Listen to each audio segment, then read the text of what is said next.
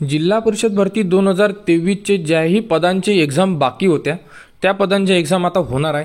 त्यांचे hall ticket साईटवर उपलब्ध होणे सुरू झालेलं आहे 10 तारखेपासून आणि 18 तारखेपासून पेपरला सुरुवात होणार आहे। तुमच्याकडे जो टाइम टेबल आहे तो चेक करणं गरजेचं आहे आणि टाइम टेबल आपल्या टेलिग्राम चॅनलवर सुद्धा उपलब्ध करून दिलेला आहे। तुमचा पेपर कधी आहे बघा आणि तुमची हॉल तिकीट पेपरच्या 7 ते 8 दिवस अगोदर उपलब्ध करून देण्यात येणार आहे आणि त्याबद्दलची अपडेट तुम्हाला मेल व मेसेजवर सुद्धा येणार आहे आणि तुम्ही हॉल तिकीट डाउनलोड करून सुद्धा बघू शकता।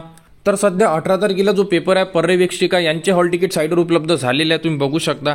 तर हॉल तिकीट डाउनलोड कशी करायची, तर तुम्हाला सर्वप्रथम साईटवर यायचं आहे। साईट तुम्हाला व्हिडिओच्या डिस्क्रिप्शनमध्ये दिलेली आहे। इथून तुम्हाला तुमची लँग्वेज सिलेक्ट करायची आहे, इंग्लिश किंवा मराठी। त्यानंतर तुमच्याकडे जो रजिस्ट्रेशन नंबर आहे तो रजिस्ट्रेशन नंबर इथे तुम्हाला टाकायचा आहे।